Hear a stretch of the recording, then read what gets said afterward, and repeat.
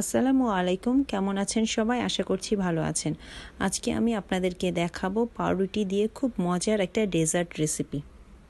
চুলায় প্যান বসিয়ে এখানে আমি 1 কাপের মতো তরল দুধ দিয়ে দেব।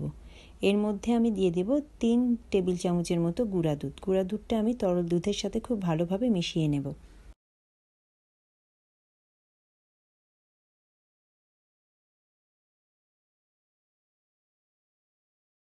এর মধ্যে দিয়ে দেব 2 টেবিল চামচের মতো চিনি। চিনিটা দিয়ে নাড়তে থাকবো।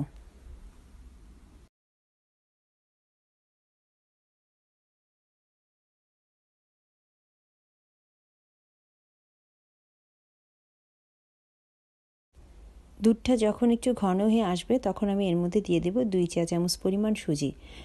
সুজিটা দিয়ে আমি দুধটা খুব ভালোভাবে নাড়তে থাকবো।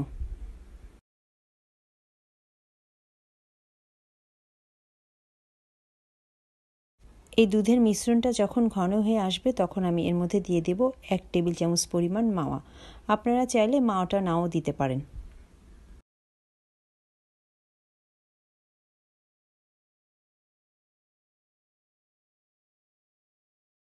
দুধের এই মিশ্রণটা যখন ঘন হয়ে আসবে তখন আমি এর মধ্যে দিয়ে দেব 1 টেবিল চামচ পরিমাণ ঘি।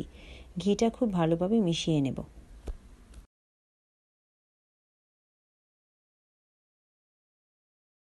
দুধ এবং সুজির এই মিশ্রণটা যখন একদম এরকম ঘন হয়ে আসবে তখন আমি এটা একটা প্লেটে উঠিয়ে নেব।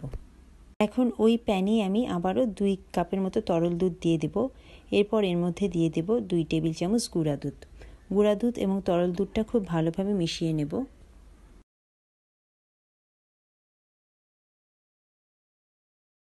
দুধটা একটু ঘন হয়ে এলে এখানে আমি দিয়ে দিব 2 চা চামচ পরিমাণ চিনি এবং 1 ফোঁটা গোলাপ জল এবং 1 ফোঁটা কেওড়া জল।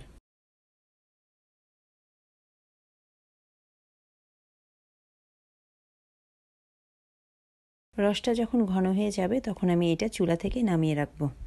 এখন আমি পাউরুটির পিস নেব এবং তার 4-5টা আমি কেটে নেব। এখন এই পাউরুটি পিসটাকে আমি রোলার দিয়ে একটু বেলে নেব। আমি দিয়ে দেব তৈরি করে রাখা খিরসা। খিরসাটা দিয়ে আমি এই পাউরুটির পিসটা খুব সুন্দরভাবে রোল করে নেব।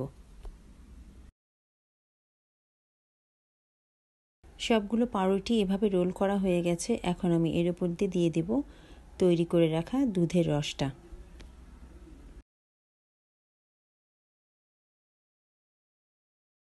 এখন আমি উপর দিয়ে ছড়িয়ে দেব কিছু পেস্তাচিও এবং কাজু বাদাম। পাউরুটি দিয়ে খুব মজার একটা ডেজার্ট আমি আপনাদেরকে তৈরি করে দেখালাম। এত মজাদার একটা ডেজার্ট আপনারা যদি বাসায় তৈরি না করেন তাহলে আপনারা বুঝতেই পারবেন না। আমার আজকের এই রেসিপিটি যদি আপনাদের ভালো লেগে থাকে তাহলে এটা অবশ্যই আপনারা বাসায় ট্রাই করবেন এবং আমার চ্যানেলটি লাইক, শেয়ার এবং সাবস্ক্রাইব করবেন। এতক্ষণ সাথে থাকার জন্য সবাইকে অসংখ্য ধন্যবাদ।